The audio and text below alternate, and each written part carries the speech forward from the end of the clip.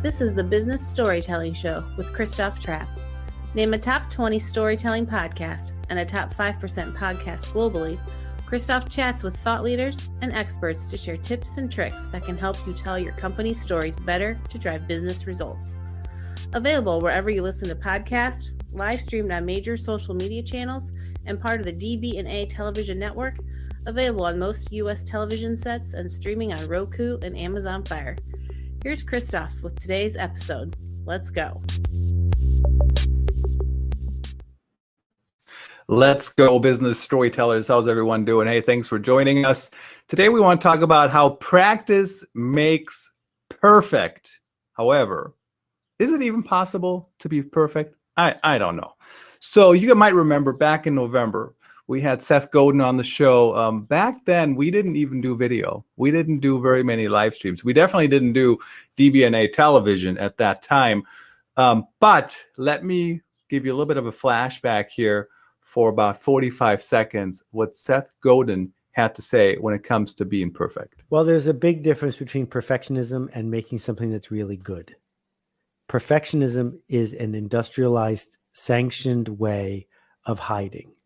It is a way of saying, my fear cannot be criticized because I'm afraid on behalf of perfection.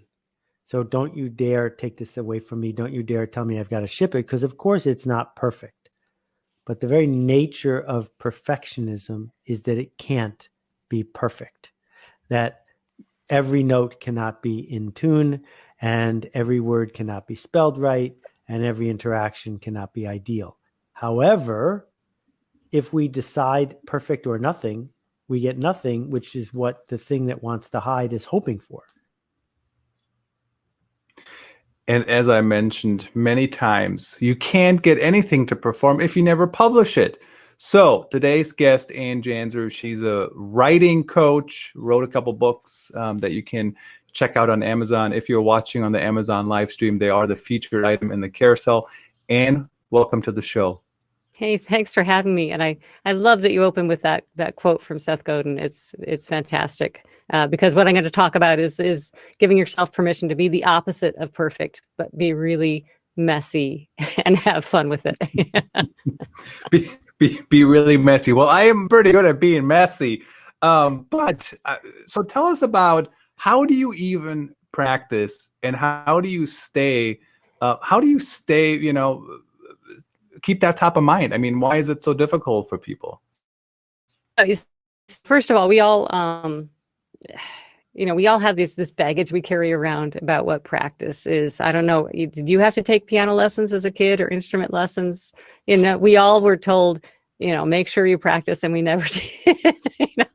So it's this chore, it's this expectation, and there's also this when you're practicing something, your inner critic, right? That voice of perfectionism that Seth addresses so much is often right there going, oh man, you just do not dream of going to Carnegie Hall here, right? So we bring a lot of baggage with it. And I think it's really important to shift the way we think about practice. Just quickly, my story is, I spent a career working in marketing as a writer. I work a lot at the intersection of marketing and writing. And then I started writing books, and I started researching what makes really good, effective nonfiction writing. I kept coming back to storytelling, of course. When I was in marketing, I started marketing in the 90s. And, our idea of a storytelling was to put something in a problem, solution, results format on a data sheet and say, look, I told a story. Good on me, So I never, it wasn't at that time, the sense of storytelling as a fundamental marketing skill was not a mainstream concept. And of course, that has evolved. I always felt like I was on the other side of that storytelling. It's like, well, I'm a good writer, but I can't make up stories. I'm terrible at that. And it became clear as I was working with authors and writing books that clearly story is such an important way to connect with people that I had to include it. And I had to actually shift the way I think about myself as a storyteller. So January 1st of 2021, this year, I sat down with a journal that I'd gotten as a gift because I asked for it. Here, this is a journal. There you go.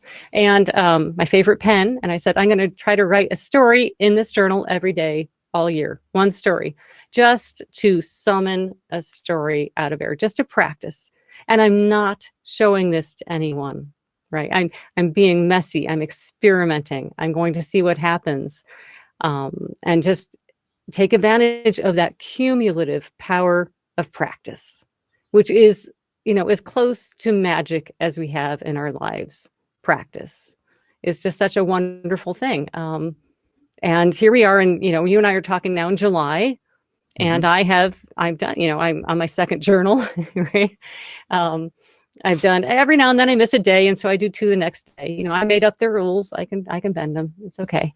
But it shouldn't surprise me, but I'm still delighted at the results. Not only do I feel like I'm better at picking stories out of the air and starting to tell them, but little things like just the fun I've had doing it, reliving memories, because I can't do a lot of stories for things out in the world because I haven't been out in the world. We've all been indoors. Talking to people, talking to my mom, sharing stories. I mean, how much fun that is. Even my handwriting has improved when I'm being intentional about it. It's like that I didn't expect. So that was my practice journal, practice experiment. And there's a couple things to highlight there. One is that I'm just treating it like an experiment. It's not a drudge. It's not a chore. It's something fun to experiment with. So, what's kind of interesting about that comment about it's a chore back in the day. And I think that's actually, I don't know how we can get around that, but it is, right? A lot of the things I do today, that used to be a homework assignment in school, or that used to be a test, or whatever it might be. So how do we even get around that, right? To change that mindset. I honestly don't think of live streaming as a chore. I don't think of writing as a chore. Now I got to kind of figure out, I got to find the right mindset, the right mood, those different things. But then I just keep going. You keep learning things, you keep practicing things. And it's funny when I look at old shows, how much better it is today. And even, when the show was Seth, I mean, I was sitting on my couch. We didn't do video. And partially that was because the way his book was launching. But there was no live stream. There was nothing like that. We didn't have a fancy background. We didn't have any lights or a microphone. So it just kind of evolves. And I don't want to say I treat it like a little bit like a hobby. Like I like it. I like to do it. But you kind of have to have that mindset too, right? Otherwise, how is it going to move away from being a chore? Yeah. If there's absolutely no joy in the thing that you're practicing, well, life's too short, right? Why if you hate playing the tuba, don't practice the tuba. I mean, right. So you got to find the joy. You also have to recognize that, sure, there's going to be days where it's like harder than others, and that is just part of it. But can you, so some days my story is really short. It's like, I'm tired. I come up with something just a small little vignette to say. And sometimes I start a story and it just trails off. And I'm like, you know what? This didn't turn out to be a story. I learned something from that too. Just don't set the bar so high that you're going to try to, let's go back to this perfectionism.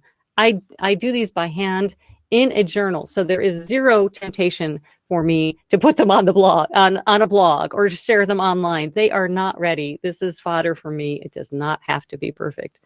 The same thing if you're a musician, you'll sit and just practice a little passage of something. It would drive the average listener nuts to hear you doing that. But that's how you do it, to get better at being able to execute that passage. That's the nature of it.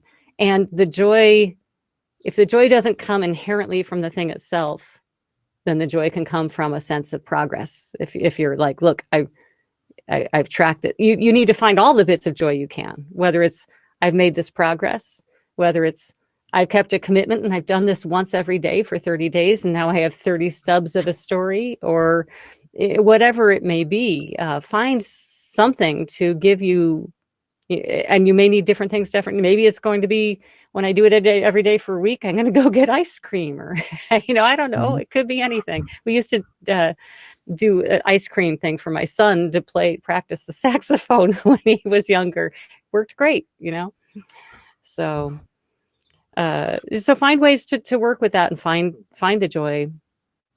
Reinforce yourself. When you do like a journal, or I did like the daily, I don't remember what it was called. I did it maybe in 2014, the daily positive story, and I did publish that. It didn't go very deep. It was just sometimes a paragraph, sometimes two. And I think at the end of the year, it was maybe 10,000 words. So over the span of a year, it's not like a ton, but it is something every day.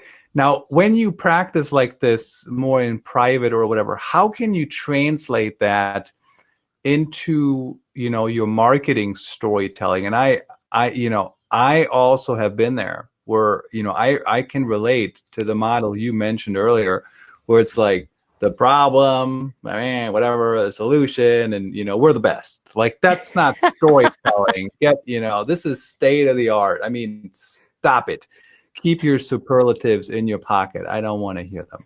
So, but how does that translate into, so the one thing I think about sometimes is I sometimes talk to writers and I say, why would you be a good person in this role? And sometimes their answer is, I really enjoy writing.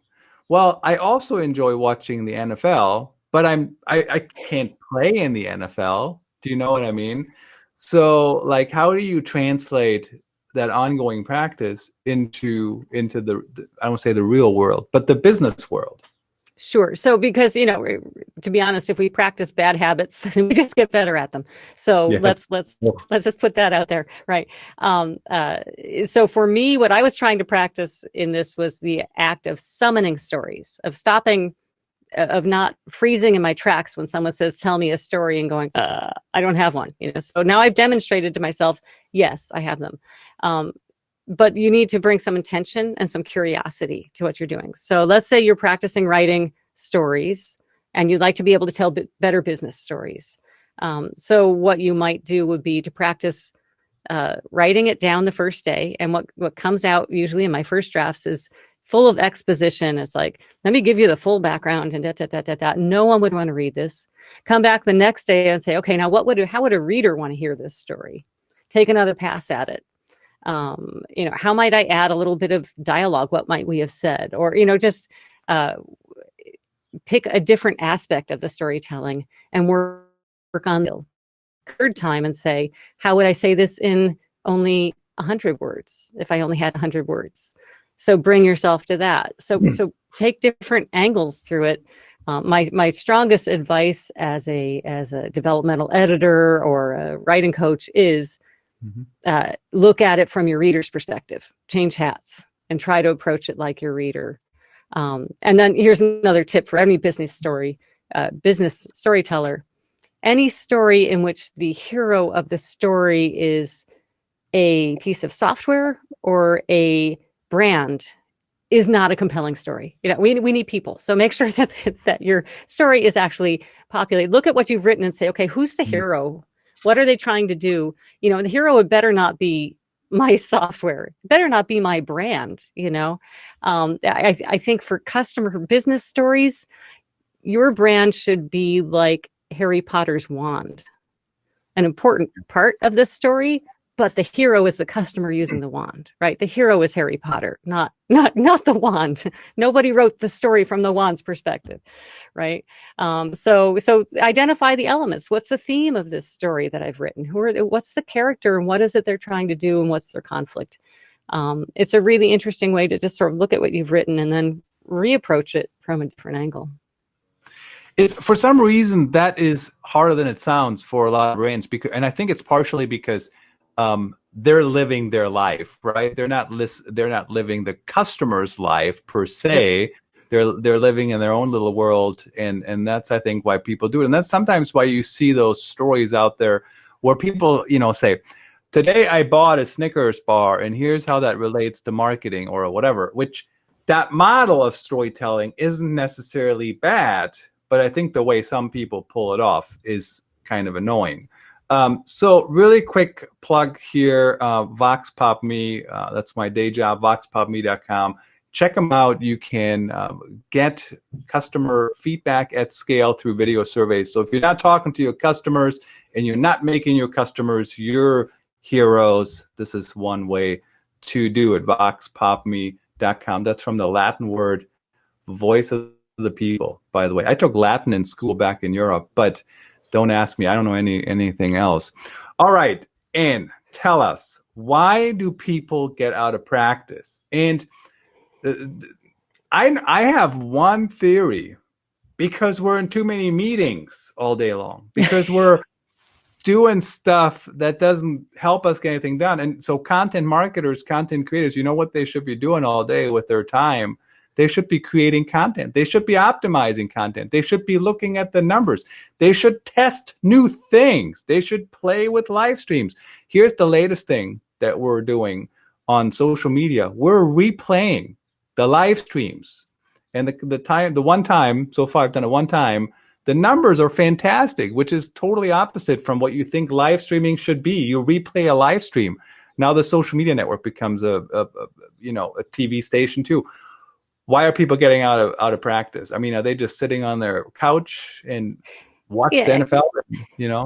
I think it's the other thing you said, that there are so many kabillion demands on our time. Oh my gosh, I could spend my whole time dealing with email and never writing a word. That would be really easy. So some of the content marketer's job requires that deep work. As Cal Newport would say, deep work, right? You need that time where you're just like, leave me alone. And some of the time you need to be out in the world.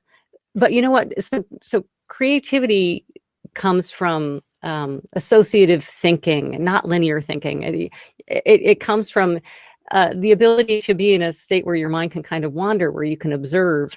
So if we're all feeling pressed to the metal to get through all of our emails, to do all this stuff, then we are not nurturing the kind of mindset that can help us be more creative. And then, as you said, the perspective shift to your customers. That's probably the most important thing for a content marketer, is to get out of your own head, speak to your customers, put yourself in your customers' shoes, because they are not just, roles or buyers or personas. They're people like you are. And, so think about how you are a customer to someone else and what appeals to you, and think, well, I wonder if that would appeal to my customers. I mean, just keep shifting your perspective. Yeah, I think so. What's interesting too, when I grew up in journalism, back in the day, one of the editors always says, "Well, you guys, why is everybody sitting in the newsroom? There's no stories in the newsroom." Now, today that's a little bit different, because quite frankly, I don't really leave this chair all that much. I mean, well, sometimes I stand up, right? But I'm right here, and I talk to people all over the place. So it's a little bit different today, but the core message of what he was saying still applies. You still have to talk to people, whether you do it on Zoom or Switcher Studio or Vox Pop Me or whatever. Doesn't make any difference, right? But you still have to talk to people. There's no stories here. I can't get the knowledge out of your head to our listeners if I'm not talking to you. But so why is it so hard? Yeah. I think, again, there's all kinds of things. There's that fear of showing up and asking the question, they're saying, I'm working on a story about, if you're like me. So I didn't come from a journalism background. I came from a marketing background. And when I started working on books, I felt very weird about contacting people to interview them. It's like, well, maybe I should just email them the questions. I mean, I'm not a real journalist, right? I mean, the imposter syndrome is, something we all struggle with, that sense of trying to be perfect, or this is something I'm not. So there's that fear, that not wanting to put yourself out there, that thinking that you have to show up with all the right questions. I have learned, I prepare for interviews with people, but I don't have a list of questions. I know what topics I want to talk about, but it's really fun to just let the conversation take me into, because then I'm really listening to the other person, and we have a true conversation. And I've discovered I love interviewing people. It's fantastic and fun, whereas I used to really hate it. So again, some intentional practice there. Practice paying attention to what worked, what didn't, trying something else, getting some advice, getting better. It's just amazing what we can do with practice. It's just the thing it takes, though, that we're sometimes in short supply is patience as well. We want to jump up, you want to launch your show and be, live streaming at this level right away. And as you said, it takes time to get to that level. It takes time to get to being a very adept storyteller. It takes time to do all of this stuff, and we have to be patient with ourselves. And we don't live in a patient world. So no, nobody's really patient anymore, myself included. But I think what's interesting, and just as an example, I mean, I spend my days producing content, updating content, analyzing content, whatever, right? Analyzing conversion flows, all these different things. And I go back to content I wrote in the past, and I'm thinking, who wrote this crap? And sometimes it's 6 months ago. Sometimes it's 2 years ago. Sometimes it's 6, but it's not because it's truly bad, but it's because there's always something new you learn, right? How do people interact with content? What are people clicking on? What's a new format? What's a new way of showing it? I'll give you an example. 6 years ago, I interviewed people just like you, but we didn't do it live. We just did it in your office, right? So I would come to your office, I'd interview you, and then we would do an article about the conversation. We might still do an article, or we might update an article we already have and add the comments in there.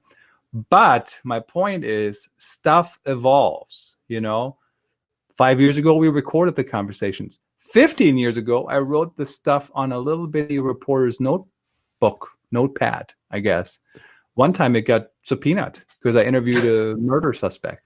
So my point is, I barely have paper on my desk today, so stuff changes. Now, how do we, other than practicing some of those things, but how else should ongoing practice look? Is it just like getting in the weeds, trying it, keep going, or what other tips can you offer? Yeah, I mean, I think my best advice on that is to bring an experimental mindset to it, right? So just, I'm doing this experiment. I'm going to see, well, what happens if I do this? Then you get away from that tyranny of the should. You should be doing this. You should be writing this much. You should be sounding like this. You should be doing that. Say, well, what happens if I try it this way? What happens if I try that? What happens if I write 5 minutes a day? That's it.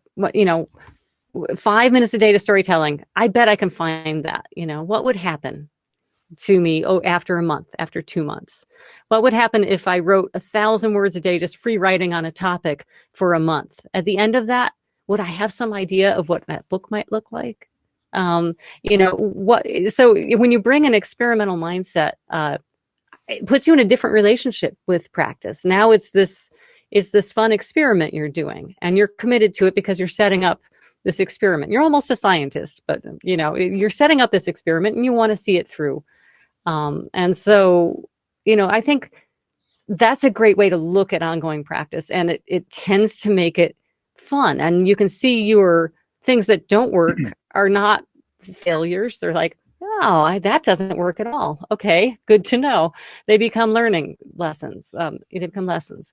So I think it changes your mindset on the world and the way you approach things, whether it's writing or anything you're practicing, frankly.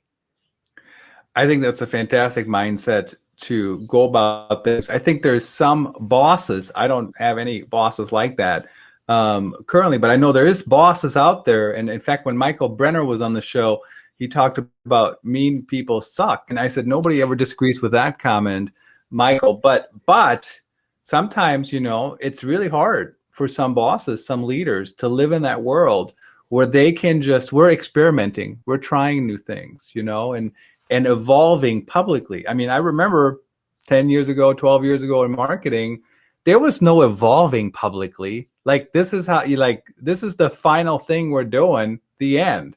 And that's still the case for some big brands, right? I mean, if a big brand has makes a mistake on a campaign or something, I mean, they get dragged through the mud everywhere too. So very interesting. Now, to wrap it up here for the last minute or so, I know you talked about being perfect or not, or evolving it. Seth talks about it. I talk about it all the time. I'm certainly not perfect. I think life is an ever-evolving journey. Is it even something to strive for, or how do you feel about that? Oh, perfect. No, perfect is tempting the gods once you think you're perfect. No, I don't think so. I think you just try to be better than you were last time. I try to make sure that each of my books is better than the last one. I just recorded the audiobook for my most recent book, and I did it several months after it was published. And of course, I found a couple more typos that have eluded everybody. It's like, it's not perfect. I never had expectations that it was. I do as much as I can to bring it as far as I can. And then, maybe a few years from now, I'm going to look back and say, oh, I would have done that book differently now. And rather than beating yourself up over that, celebrate the fact that you're further up that learning curve. You're further along. Perfect is a myth. Perfect, especially in a constantly changing world, perfect is impossible. Perfect is impossible. And I do like what Seth said about it's really just being used as an excuse by a lot of people. I can't do anything until this is perfect or until this is done. That's another one of my favorite ones.